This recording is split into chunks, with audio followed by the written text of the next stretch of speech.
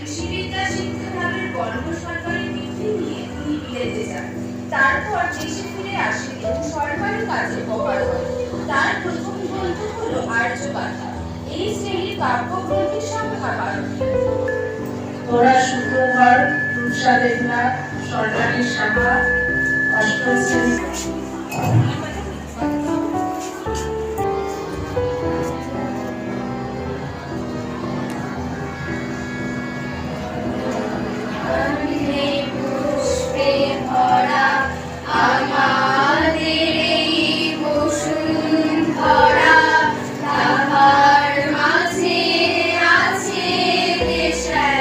সকল